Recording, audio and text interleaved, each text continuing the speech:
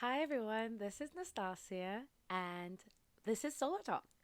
Today we're going to be going over a few of the provisions in the Inflation Reduction Act and what that means for households all over America. My source is Building a Clean Energy Economy, a guidebook to the Inflation Reduction Act's investments in clean energy and climate action. You can find this source at cleanenergy.gov or whitehouse.gov. So, what does the Inflation Reduction Act mean for solar panels? Let's find out. First, the Inflation Reduction Act targets working families, environmental justice, tribes, energy communities, and rural America. In the Inflation Reduction Act, there are specified provisions for energy communities. Well, what does that mean for American families? So basically, they want to provide alternative forms of energy while also employing those who have been affected by the closure of mines. The law also creates a new energy infrastructure reinvestment financing program or that enable operating energy infrastructure to reduce their greenhouse gas emissions. And that's the focus right there.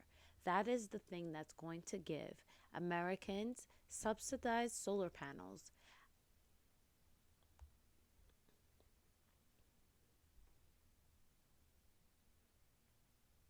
If we scroll down a little bit more, we can see that the Inflation Reduction Act is looking to advance the deployment of American made clean energy technologies, as well as financing and expediting the deployment. This means financing and expediting the deployment of green energy technologies. It states here that President Biden has a goal of reaching 100% carbon pollution free electricity by 2035.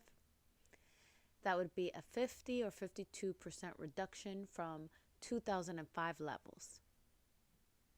In order to meet President Biden's ambitious climate goals, the United States needs to accelerate deployment of commercially available clean energy technologies such as solar panels.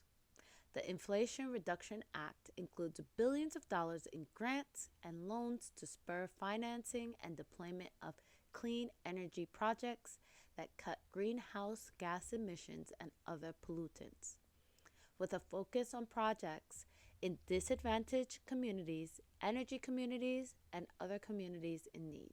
So there is a funding overview, and basically it provides an outline of how the government is going to incentivize households and companies to go green. First, there is the Clean Energy Production and Investment Tax Credit, the $27 billion for Greenhouse Gas Reduction Fund, and finally, $40 billion in the Loan Authority to guarantee loans for innovative clean energy projects. If we scroll down a little further, these are the programs that are going to be covered later on in our series. So as you can see, the Inflation Reduction Act has not just included one or two tax credits, but 8 open to the American public, depending on whether or not they meet certain criteria. We'll be going over the different criteria, such as the production tax credit for electricity from renewables, investment tax credit for energy property, increase in energy credit for solar and wind facilities placed in service in connection with low income communities, clean electricity production tax credit, clean energy investment tax credit, the Greenhouse Gas Reduction Fund,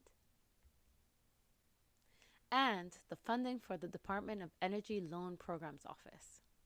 Please keep in mind that many of these different tax credits have an end date of this year, okay?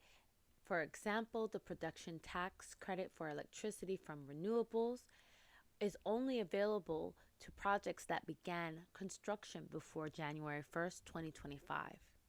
If you are interested about learning more about how to take advantage of these federal tax credits before the end date of January 1st, if you are interested in learning more about the federal tax credits provided for households getting solar, please leave a message in the chat and I will help connect you to a solar technician who will give you a free assessment of your home and help you find the right solution for you.